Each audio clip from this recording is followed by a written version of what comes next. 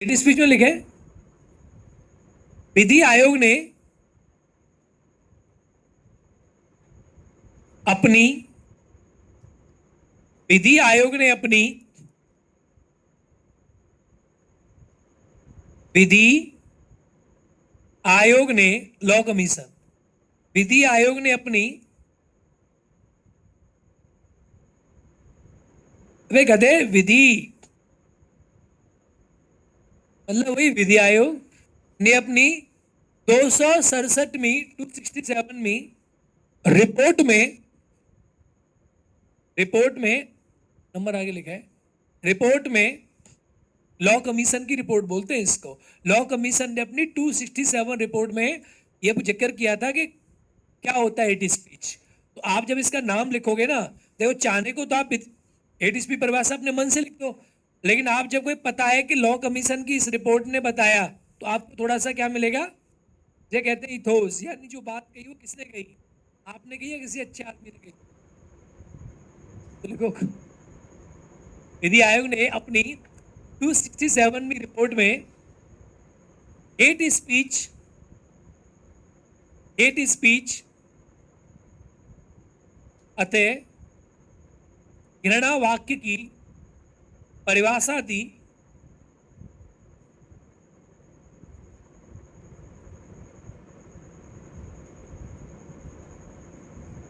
इसके अनुसार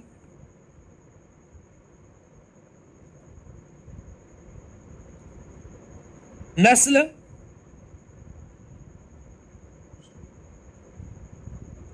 लिख दिया।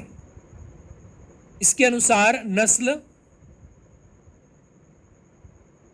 मृ जातीयता, एथनिसिटी, समझते हो क्या होती है निर्जातीयता? ऐसे नहीं पढ़ाना तुमने अभी। निर्जातीयता, लिंग लिखते जाओ, नस्ल, निर्जातीयता, लिंग और धार्मिक विश्वास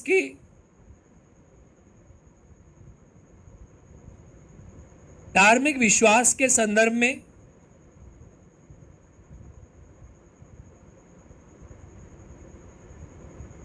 लोगों के मध्य घृणा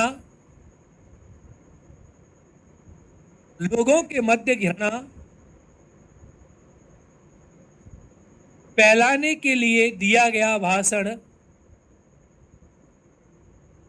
लोगों के मध्य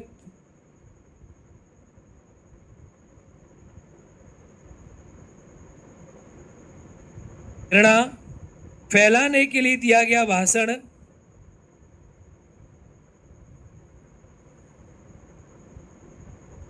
घृणा फैलाने के लिए दिया गया भाषण हेट स्पीच या घृणा वाक्य कहलाता है।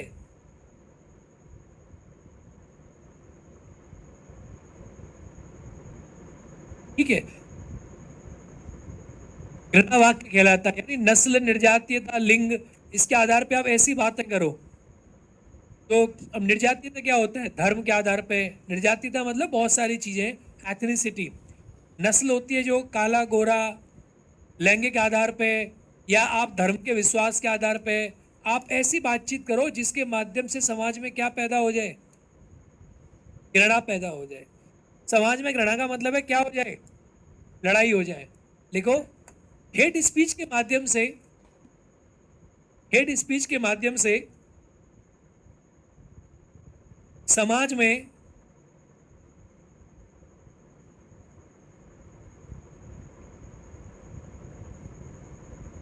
भेदभाव,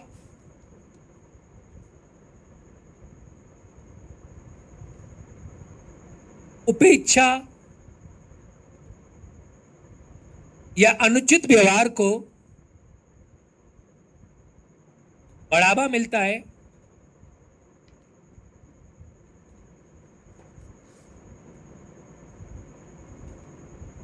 अनुचित व्यवहार को बढ़ावा मिलता है। सर्वोच्च न्यायालय ने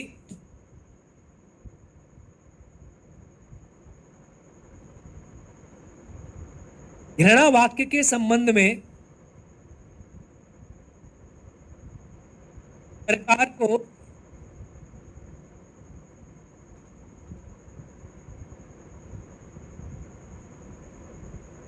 सरकार को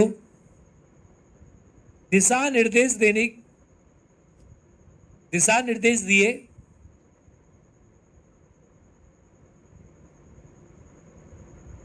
कि सरकार इसको लेकर